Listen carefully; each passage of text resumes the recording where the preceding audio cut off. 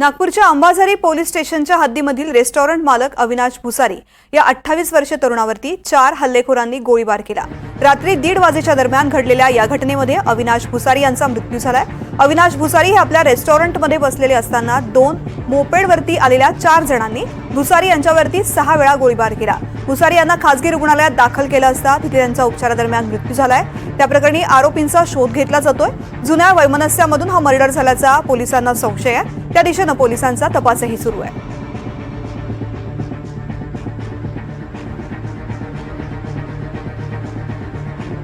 काल रात्री निंबस कॅफेच्या समोर रात्री 1:20 ते 1:30 वाजताच्या सुमारास घटना घडलेली आहे। त्याच्यात अविनाश राजू भुसारी वय वर्ष 28 वर्ष यांच्यावर 4 लोक 2 गाड्यावर आले तर त्यांनी फायरिंग करून त्याच्यावर पळून गेलेले आहेत। त्यामध्ये मयतीच्या डोक्याला, छातीला आणि गळ्याला वगैरे मार लागून त्याच्यात फोकाट हॉस्पिटलमध्ये ट्रीटमेंट करताना त्याचं निधन झालेलं आहे।